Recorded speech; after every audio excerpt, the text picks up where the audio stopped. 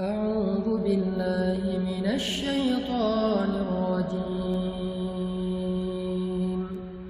بسم الله الرحمن الرحيم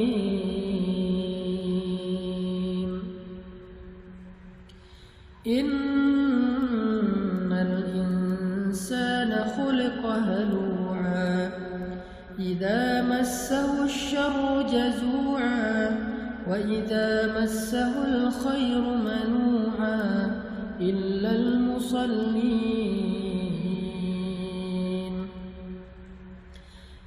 المصلين الذين هم على صلاتهم دائمون والذين في أموالهم حق معلوم للسائل والمحروم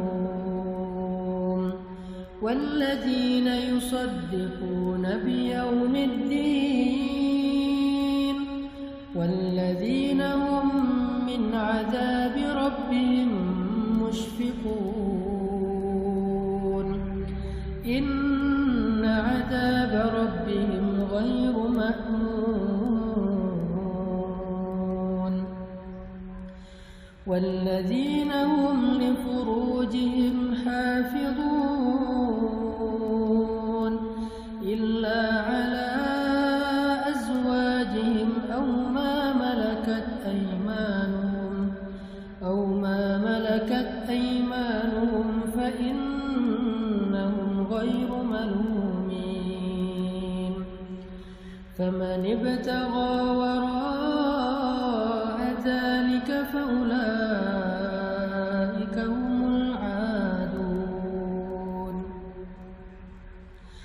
والذين هم لأماناتهم وعهدهم راعون والذين هم بشهاداتهم قائمون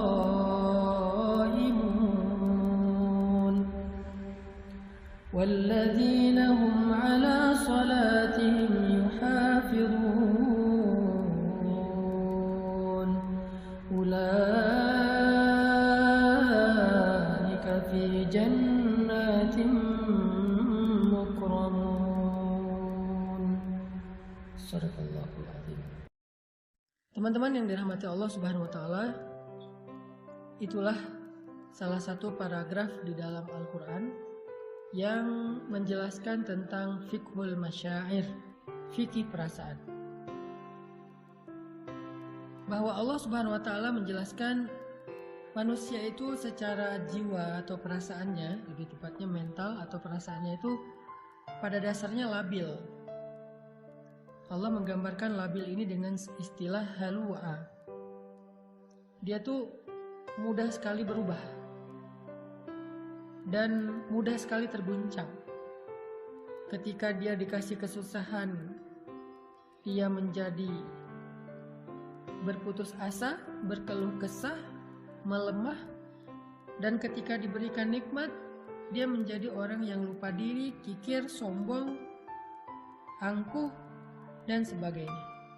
Itulah sifat dari mental manusia yang labil, yang halua kalau dalam bahasa surat Al-Ma'arij.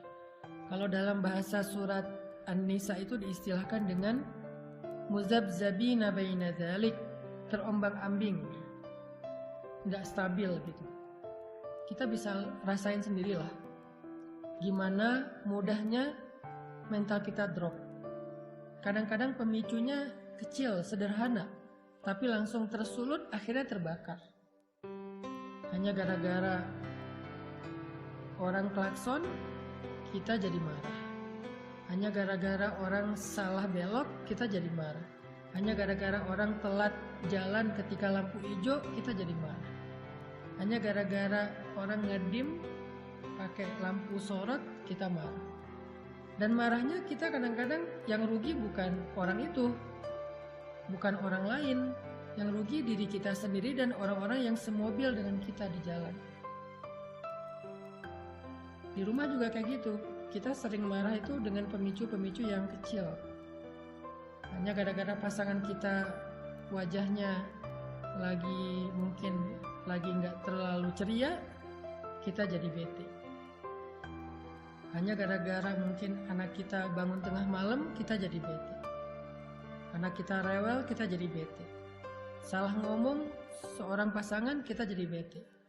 Itu yang disebut dengan jazua, halua, mudah sekali untuk drop, mudah sekali untuk bete, mudah sekali untuk kepancing, mudah sekali untuk marah, mudah sekali untuk apalagi tersinggung, sakit hati, baper, dan seterusnya. Itulah yang disebut dengan halua, jazua, berkeluh kesah. Di sosmed apalagi? Namanya orang, followers, saya posting tilawah Al-Quran aja ada yang dislike, padahal yang diposting itu bukan konten-konten yang kontroversi, bukan, tilawah Al-Quran. Ya mungkin dia dislike karena menurut dia saya ada yang salah baca mungkin, atau ada yang nggak fasih tajwidnya, Allahu alam. Tapi ya itu kadang-kadang bikin kita ngerasa kayak sedih gitu. Itulah sifat dari mental manusia. Mudah banget kepancing, mudah banget terluka, mudah banget kegores. Sampai para ulama mengatakan hati kita itu kadang-kadang lebih rentan daripada kaca.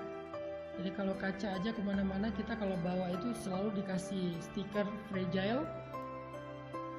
Karena kita hati-hati menjaga kaca-kaca yang mudah pecah itu, maka hati kita lebih rentan dari itu, lebih fragile dari itu. Nah, fragile ini salah satu maknanya adalah jazua atau halua. Inilah sifat mental kita, masyair kita.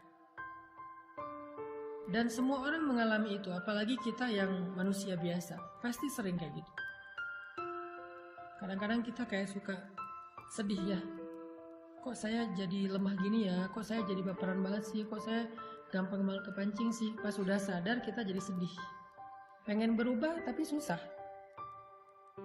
Dan semua perasaan-perasaan yang gak normal ini, yang gak stabil ini akan merusak hubungan kita dengan orang-orang yang kita cintai. Makanya fikih masyair itu penting, fikih perasaan itu penting. Labilnya kita membuat hubungan kita dalam pekerjaan dengan partner kita, dengan teman-teman kita itu jadi gak mudah.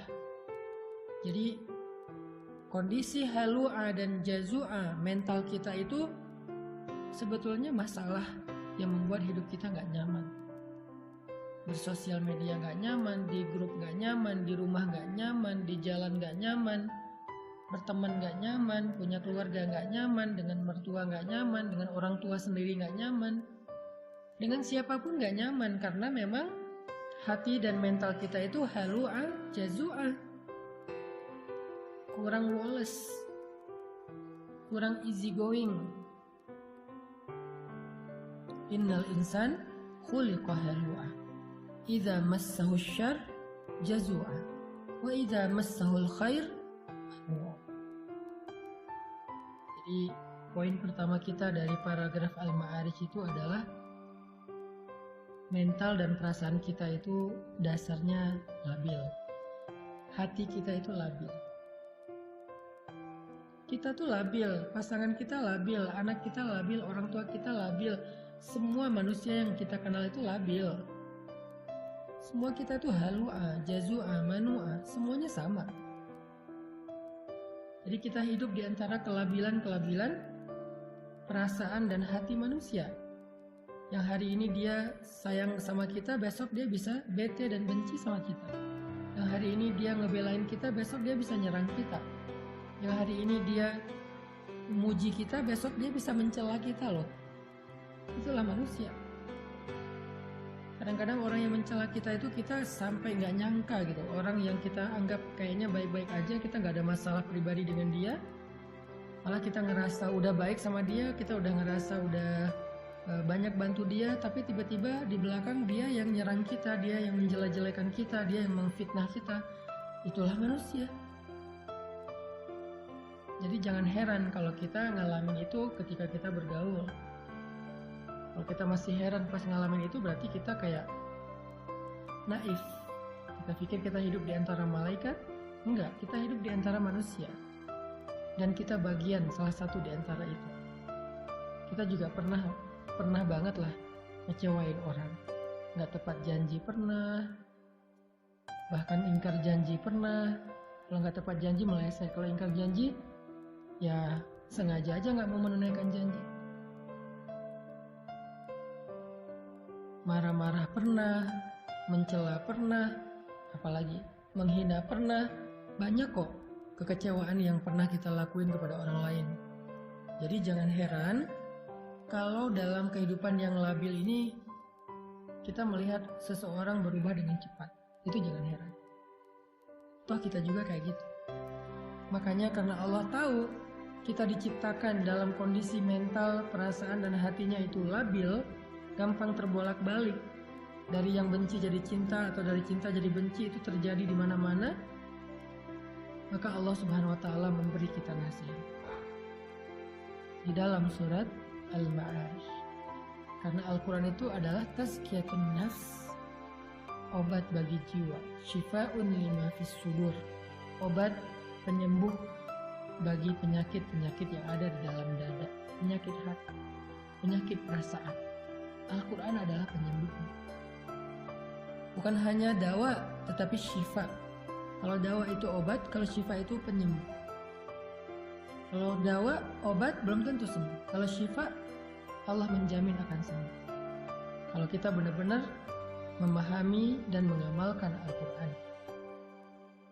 Gimana cara memahami dan mengamalkan Al-Quran sementara membaca aja nggak ngerti? Itulah kenapa kita harus belajarnya bareng. Jangan belajar sendiri secara otodidak, ntar salah paham. Kalau dengerin booster, dengerin ceramah yang sifatnya adalah penyemangat, kayak kendaraan tuh dikasih bahan bakar. Kendaraan kalau nggak ada bahan bakar, nggak akan jalan, kecuali dengan cara didorong, capek kan? Tapi ada bahan bakar, jalan. Kalau nggak punya setir, nggak punya lampu, itu bisa masuk jurang, bisa masuk selokan, bisa kecelakaan. Nah, belajar secara serius kepada ustadz, guru, ulama, itu sama seperti kita menyalakan lampu mobil dan pakai setir. Sehingga kalau jalannya gelap, jalannya belok-belok, kita tetap bisa on the track. Maka, booster adalah spirit yang menyemangati kita dalam beramal soleh. Tapi ilmu yang kita belajar seminggu 2 kali dengan live kayak gini adalah lentera. Lentera yang kita bawa untuk menjadi penunjuk jalan. Biar kita nggak salah jalan. Kalau kita udah tahu jalannya, booster yang ngedorong kita untuk bergerak. Dua-duanya penting. Jadi Al-Quran, dengan kita belajar serius seperti sekarang, walaupun saya berusaha sebisa saya menggunakan bahasa yang gampang, yang mudah, yang sederhana, tapi kontennya tetap substansial, tetap bedah Al-Quran. Cuman dengan bahasa sederhana yang saya mampu, sesuai dengan bahasa sederhana ketika saya lagi nongkrong bareng dengan teman. Saya nggak mau bahasanya kayak bahasa mimbar banget, bahasa pesantren banget, bahasa kampus banget. Mungkin teman-teman bakal ngerasa kayak berat banget sih pembahasannya. Tapi kalau gini kan kita kayak lagi ngobrol di tongkrongan kita. Tapi pembahasannya Al-Quran. Kayak gini kita belajar. Supaya apa? Supaya dapat lentera. Dapat petunjuk, dapat cahaya dalam berjalan di dalam kehidupan kita. Nah, Allah Subhanahu wa taala menjadikan Al-Quran itu sebagai petunjuk. Hudan lil muttaqin, hudan linnas wa bayyinatin minal huda wal furqan. Al-Quran itu petunjuk. Dan ketika kita pengen mengambil petunjuk Al-Quran, caranya gak cukup baca sendiri. Kita harus membedahnya dengan tafsir, tadabbur, tafakkur, dan seterusnya. Bersama seorang guru. Malam ini kita belajar seperti malam-malam yang udah lalu tentang petunjuk perasaan. Gimana cara mengatur perasaan kita biar hidup kita nyaman. Karena kenyamanan hidup diawali dari dalam diri kita, bukan dari faktor fasilitas yang ada di luar kita. Ada orang yang bahagia walaupun hidupnya sederhana. Ada orang yang sengsara, sedih, mengeluh walaupun dia hidup dalam istana. Kasihan nggak tuh orang hidup dalam istana tapi mengeluh, orang hidup di gubuk sederhana tapi dia bahagia. Karena orang lupa kebahagiaan itu sumbernya ada di sini, bukan di rumahnya seperti apa, mobilnya kayak gimana. Buat saya, ternyata bahagia itu sumbernya bukan di dalam fasilitas hidup, tapi di dalam hati kita. Selama hati kita bisa dibahagiakan, maka kita akan merasa cukup dengan apapun. Jadi, kalau pengen bahagia teman-teman, yang pertama harus kita rawat itu adalah hati dan perasaan kita, bukan tubuh kita. Tubuh kita perlu dirawat, iya banget, tapi itu bukan yang paling utama. Itu perlu, tapi ada yang lebih perlu. Kalau pengen hidup bahagia itu, belajarlah merawat hati dan perasaan kita, jiwa dan mental kita.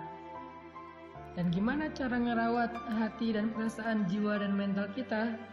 Bukan dengan skincare, bukan dengan kendaraan baru, bukan dengan aksesoris, bukan dengan fasilitas hidup. Jiwa dan perasaan kita itu dirawat dengan iman, memperbaharui iman.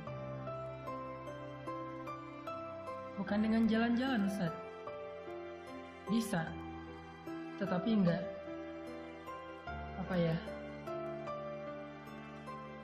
tangguh.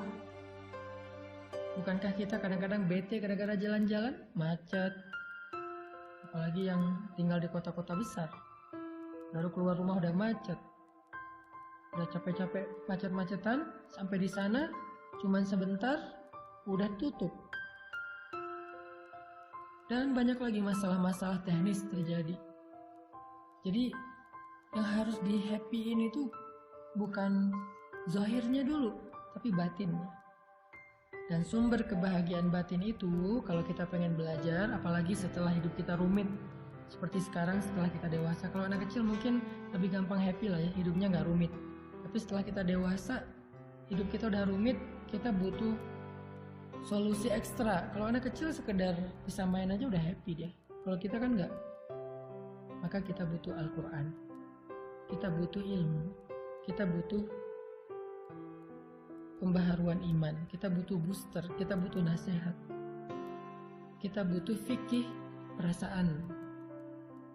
Itulah yang membuat kita bisa merasakan kenyamanan hati. Allah Subhanahu wa Ta'ala mengajarkan kepada kita di dalam surat Al-Ma'arij gimana caranya biar mental, jiwa dan hati kita tuh stabil. Nggak halu'a, jazu'a, manu'a dan seterusnya, tapi dia stabil. Gimana caranya? Kata Allah, illal musallin, kecuali orang yang sholat. Pada dasarnya manusia itu labil, dikasih ujian labil, dikasih nikmat labil, dikasih ujian ngeluh, putus asa, dikasih nikmat lupa diri, sombong dan seterusnya, kecuali illal musallin, orang yang sholat. Illal musallin, kecuali orang yang sholat. Sehingga bagi orang yang beriman, sholat itu adalah rahatul qalb, rahatun nafs. Sholat itu adalah rehatnya hati, rehatnya jiwa. Ketika jiwa dan hati kita merasa lelah dan capek, maka sholat adalah istirahatnya. Jika Nabi capek dengan omongan orang-orang yang membenci beliau, capek dengan fitnah, capek dengan caci makian dari orang-orang kafir Quraisy saat beliau berdakwah, seharian beliau lelah, sampai di rumah beliau ketiduran karena capek, maka Allah membangunkan Nabi.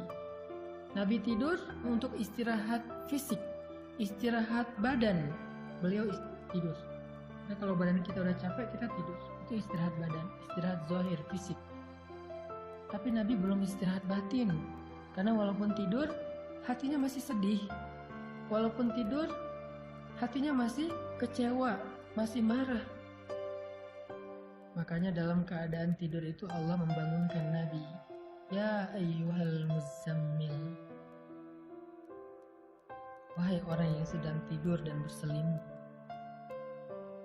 yang hatinya masih gelisah, yang hatinya masih lelah, yang hatinya masih sedih dan kecewa, yang hatinya masih marah. Ya ayyuhal muzammil, qumil laila illa qalila. Bangun dan sholatlah di malam walaupun cuma sebentar. Kenapa? Karena tidur itu istirahat fisik, tapi sholat itu istirahat jiwa, istirahat batin. Sehingga kalau batin dan jiwa kita merasa lelah, capek, lemah, kecewa, marah, labil dan seterusnya, dia butuh istirahat, dia butuh hiburan, dan hiburannya as-sholah.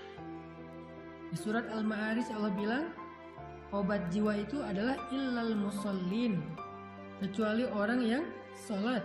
Di dalam surat Al-Muzammil Allah mengatakan, wahai orang yang lelah, wahai orang yang sedang tidur, wahai orang yang sedang sedih, kecewa, yaitu Rasulullah SAW, kumil laila illa qalila, bangun walaupun cuma sebentar sholat.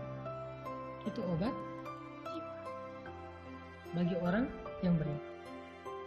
Dan Nabi SAW bersabda, ketika Nabi dalam keadaan sedang lelah jiwanya, lelah hatinya, lelah perasaannya dengan semua omongan-omongan orang Yahudi dan orang munafik di kota Madinah, maka Nabi SAW menyuruh Bilal untuk azan agar beliau dan sahabat bisa sholat untuk bisa mengistirahatkan hati yang lelah.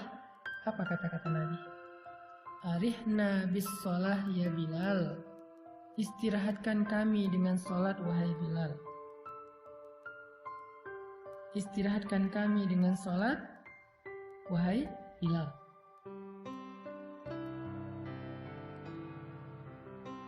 Nabi nggak mengatakan wahai Bilal azan, enggak. Nabi bilang istirahatkan kami dengan sholat wahai Bilal. Maksudnya apa? Jiwa kami capek, hati kami lelah, perasaan kami terganggu, mental kami sedang lemah.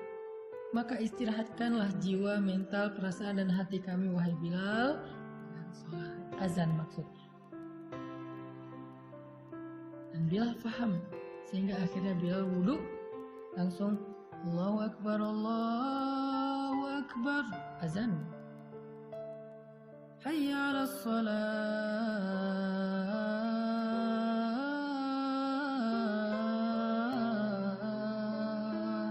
Yuk kita sholat. Hayya 'alal falah.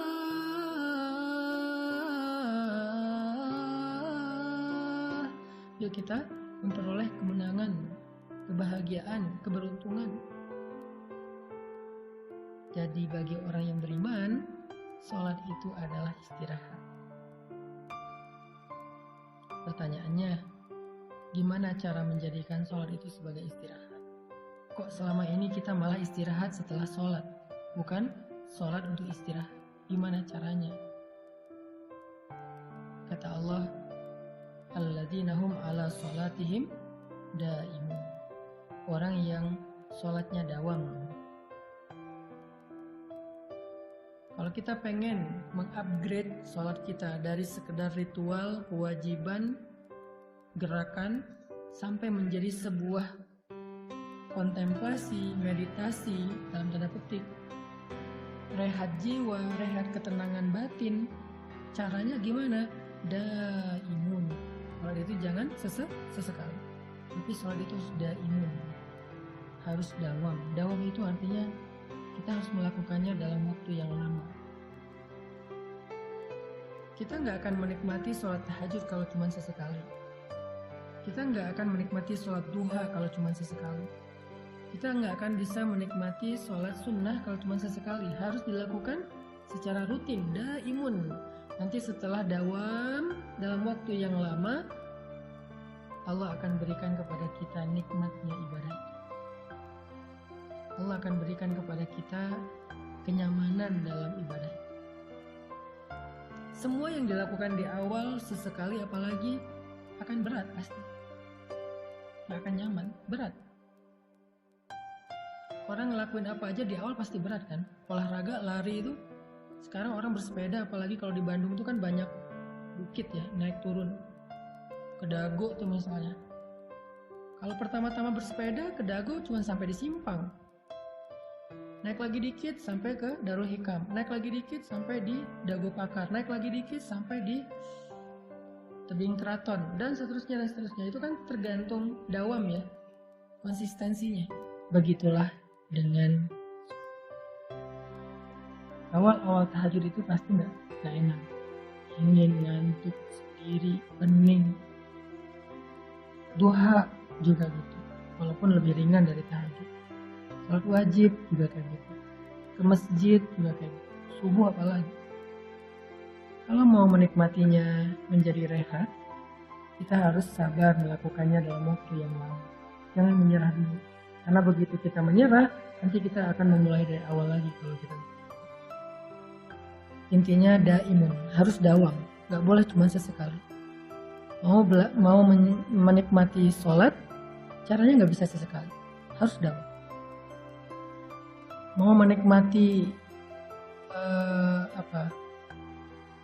perjalanan, nggak bisa sesekali. Kita kalau jarang melakukan perjalanan tuh gampang mabuk, gampang capek, nggak betah lama-lama di kendaraan. Apapun kalau dilakukannya belum dawam, nggak akan dapat rasa nikmatnya.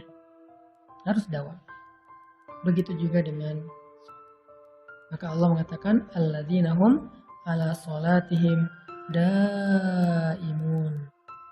Orang yang sholatnya dawam, orang yang sholatnya terus menerus.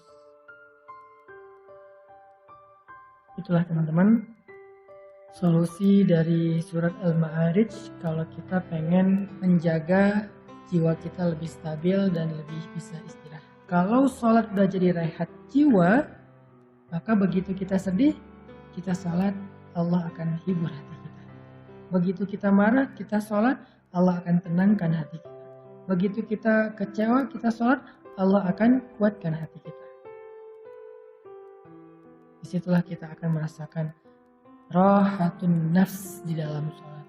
Ternyata sholat itu adalah nikmat bagi jiwa kita.